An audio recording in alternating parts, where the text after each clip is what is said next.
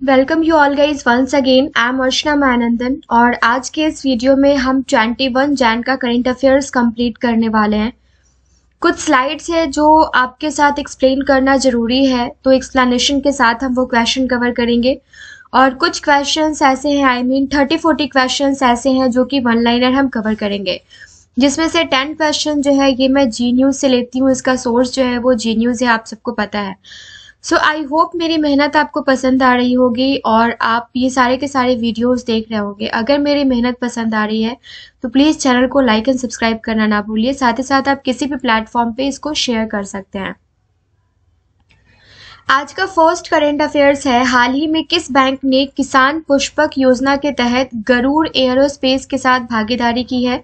तो ये union bank of India ने की है। अब इसमें आपको ध्यान रखना है, क्योंकि 150 गरुड़ कृषि किसान ड्रोन को किसान पुष्पक योजना के तहत ऋण के लिए स्वीकृति मिली है। कितने को मिली है? तो 150 को मिली है। ड्रोन ऋण से किसानों को फसल उत्पादन के लिए भूमि रिकॉर्ड संचालन और उर्वरकों, रसायनों और कीटनाशकों के छिड़काव में मदद मिलेगी। तो क्या इसका बेनिफिट है ये भी हमने देख लिया। और कितने हैं? टोटल 150 है। Agri infrastructure fund scheme 150 drone अनुप्रयोगों का वित्त पोषण करती है, जो किसान समुदाय को लाभान्वित करेगी और 150 कुशल पायलट बनाएगी जो उद्यमी बनने के लिए संलग्न होंगे। तो यहाँ पे आपने देख लिया कि इसका बेनिफिट क्या है। 150 टोटल गरुड़ किसान ड्रोन है। और उसके बाद कौन से बैंक ने किया है? तो यूनियन बैंक ऑफ इंडिया ने किया है। नेक्स्ट है, हाल ही में सीमा सड़क संगठन BRO के विदेशी असाइनमेंट पर तैनात होने वाली पहली भारतीय महिला अधिकारी कौन बनी है? तो ये कैप्टन सुरभि जखमोला बनी है। तो कैप्टन सुरभि जखमोला BRO में विदेशी असाइनमेंट पर तैनात होने वाली पहली महिला अधिकारी बनी है। और भारतीय सेना की 117 इंजीनियर रेजिमेंट की कैप्टन सुरभि जखमोला सीमा सड़क संगठन BRO के विदेशी असाइनमेंट पर तैनात होने वाली पहली महिला अधिकारी होंगी।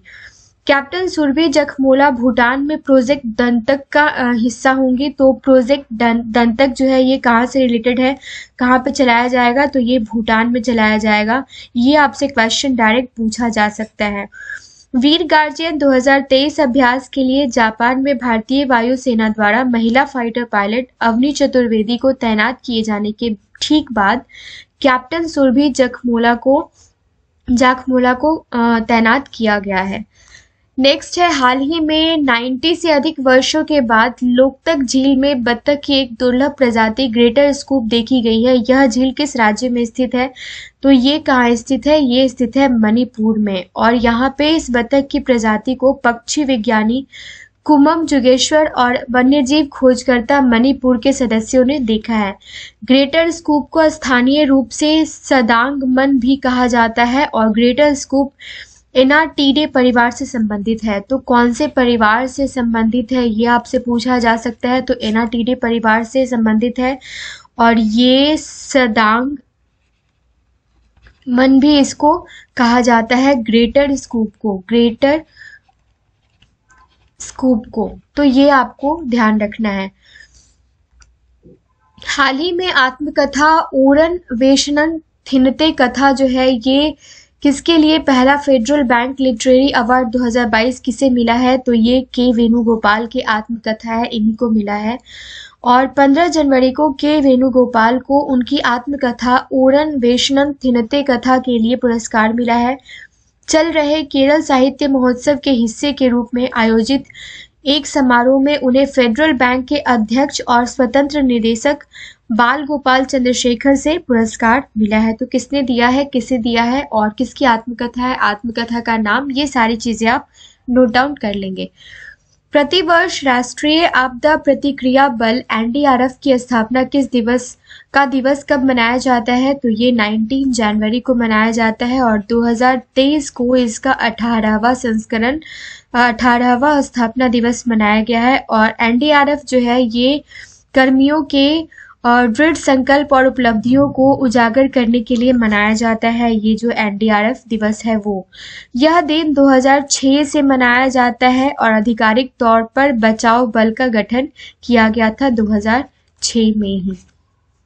यहाँ से जो 10 क्वेश्चन है ये जी न्यूज से हम लेते हैं, काफ़ी इंपॉर्टेंट क्वेश्चन है, आपके रिवीजन के लिए काफ़ी इंपॉर्टेंट होते हैं। और आप मेरे हर एक वीडियो से 1 मार्क्स तो आप एग्ज़ाम में एक्सपेक्ट कर ही सकते हो, इतने सारे इंपॉर्टेंट क्वेश्चन होते हैं। तो फर्स्ट क्वेश्चन है, एनडीआरएफ ने कब अपनी स्थापना दिवस मनाई है? तो ये 19 जैन को अपना 18वां संस्करण मनाया है। किसने? एनडीआरएफ ने। किस लिए मनाया जाता है ये हमने पिछले स्लाइड में डिस्कस कर रखा है। किस कंपनी ने भारत में गर्ल्स फॉर टेक स्टेम पहल के दूसरे चरण की शुरुआत करी है? तो ये मास्टर कार्ड ने की है। और किस देश की प्रधानमंत्री ने इस्तीफा देने की घोषणा की है? तो न्यूजीलैंड की है ये। और मार्शल आइसलैंड में किसे भारत के अगले राजदूत के रूप में नियुक्त किया गया है? तो ये सीबी जॉर्ज को नियुक्त किया गया है। अपॉइंटमेंट और उसमें भी फीमेल अपॉइंटमेंट काफी इंपॉर्टेंट है। भारत का चौथा सबसे बड़ा व्यापारिक भागीदार कौन बना है? तो ये रूस बना है। भारत के किस बैंक ने बेस्ट स्मॉल बैंक अवार्ड 2022 जीता है? तो ये तमिलनाडु मर्केंटाइल बैंक ने जीता है। वर्ल्ड बैंक ने किस देश की दक्षिण एशिया की सबसे कमजोर अर्थव्यवस्था घोषित किया है? किस देश को? ओके, तो ये पाकिस्तान को किया है। किसे Martin Luther king grand parade special award से सम्मानित किया गया है? तो ये कृष्णा ववीलाला को किया गया है। और दुनिया में सबसे मूल्यवान ब्रांड कौन सा है? तो ये अमेज़न जो है ये दुनिया का सबसे मूल्यवान ब्रांड बन गया है। चौथी औद्योगिक क्रांति के लिए WEF केंद्र कहाँ स्थापित किया जाएगा? तो ये हैदराबाद में स्थापित किया जाएगा। शंघाई सहयोग संगठन के वर्ष 2023 के शिखर सम्मेलन की अध्यक्षता किसके द्वारा की जा रही है? तो ये भारत के द्वारा की जा रही है। और ब्रांड फाइनेंस की वैश्विक IT ब्रांड सूची 2023 के अनुसार भारत की कौन सी IT कंपनी को शीर्ष 3 में स्थान प्राप्त हुआ है? तो ये TCS और इन्फोसिस को प्राप्त हुआ है। कोलंबिया विश्वविद्यालय के 268 वर्ष के इतिहास में पहली बार किसे महिला अध्यक्ष नियुक्त किया गया है?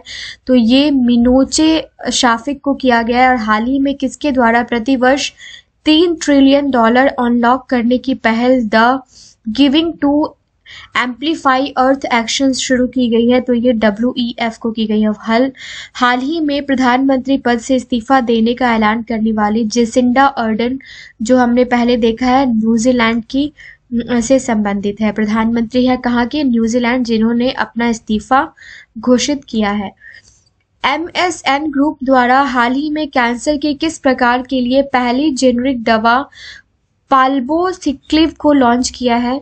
तो ये काफ़ी इंपॉर्टेंट क्वेश्चन है आपके आने वाले किसी एग्जाम के लिए। पाल्बोसिक्लिव जो है ये क्या है? तो ये कैंसर के लिए कैंसर के किस प्रकार के लिए पहली जेनरिक दवा है? तो ये ब्रेस्ट कैंसर के लिए पहली जेनरिक दवा है। हाल ही में नमस्ते वर्ल्ड खिलौना ब्रांड कहाँ लॉन्च किया गया है? तो ये हैदराबाद में किया गया है। और हाल ही में पूरी तरह से E-गवर्नेंस मोड में शिफ्ट होने वाला देश का पहला केंद्र शासित कौन सा बना है प्रदेश? तो J&K जम्मू एंड कश्मीर बना है। हाल ही में किसके द्वारा तमिलनाडु मर्केंटाइल बैंक लिमिटेड को वर्ष 2022 के लिए सर्वश्रेष्ठ लघु बैंक पुरस्कार से सम्मानित किया गया है? तो ये नितिन गडकरी को किया गया है और ये हमारे ट्रांसपोर्ट मिनिस्टर है। हाल ही में कवि नीलामणि फुकन का निधन हुआ है। इनका संबंध किस राज्य से था?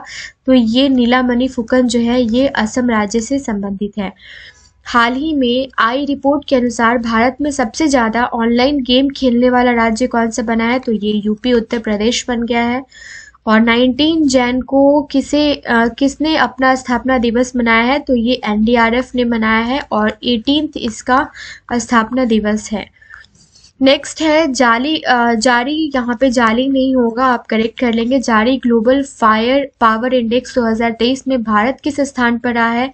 तो ये 4th स्थान पे है। और फरवरी 2023 में जेसिंडा अर्डन किस देश के राष्ट्रपति पद से इस्तीफा इन्होंने दी है? इनका नाम क्या है? Jacinda Ardern. और ये न्यूजीलैंड की राष्ट्रपति थी जिन्होंने इस्तीफा दिया है अपने पद से। नेक्स्ट है पर्यटन मंत्रालय द्वारा पहला विश्व पर्यटन निवेशक शिखर सम्मेलन किस शहर में आयोजित किया जाएगा? तो ये न्यू दिल्ली में आयोजित किया जाएगा। और भारत ने सामुदायिक विकास के अनुदान के रूप में कितने मिलियन मालदीव रुपया की घोषणा की है? तो ये टोटल 75। हाल ही में नीलमणि फूकन हमने देखा है, लेकिन यहाँ पे कुछ क्वेश्चन जो है ये डिफरेंट है। हाल ही में नीलमणि फूकन का निधन हो गया है। उन्हें किस वर्ष ज्ञानपीठ पुरस्कार से प्रदान किया गया था, सम्मानित किया गया था? तो ये 2021 में इनको ज्ञानपीठ पुरस्कार प्रदान किया गया था। निम्न में से किस कंपनी ने हाइड्रोजन चलित ट्रक का विकास करने की घोषणा की है? तो ये अदानी ग्रुप ने की है। आज का लास्ट 2 क्वेश्चन है, निम्न में से कौन BRO में विदेशी असाइनमेंट पर तैनात होने वाली पहली महिला अधिकारी बनी है? तो ये सुरभि जाखमोला है। और आपको याद रखना है, भूटान से रिलेटेड ऑपरेशन दंतक का ये हिस्सा होंगी। निम्न में से किस देश ने 13वीं अंतर्राष्ट्रीय नवीकरणीय ऊर्जा एजेंसी की अध्यक्षता ग्रहण की है? तो ये भारत ने की है। तो ये टोटल 30 क्वेश्चन जो थे, आज हमने 1 लाइनर कंप्लीट किया है और कुछ 5-6 स्लाइड्स है जहाँ पे एक्सप्लेनेशन की जरूरत थी, वो हमने कंप्लीट किया है। आई होप ये वीडियो आपको पसंद आया होगा।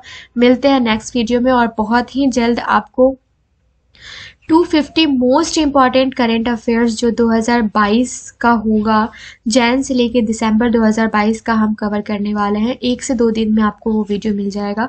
तो अगर आपने चैनल को सब्सक्राइब नहीं किया है तो चैनल को सब्सक्राइब कर लीजिए, साथ ही साथ बेल आइकन भी प्रेस कर लीजिएगा फ्रेंड्स, ताकि जो भी वीडियो मैं डालूँ, मेरी जो मेहनत हो आपकी आने वाले किसी भी एग्जाम के लिए, वो आपके पास टाइम टू टाइम पहुँचता रहे। Thank you so much.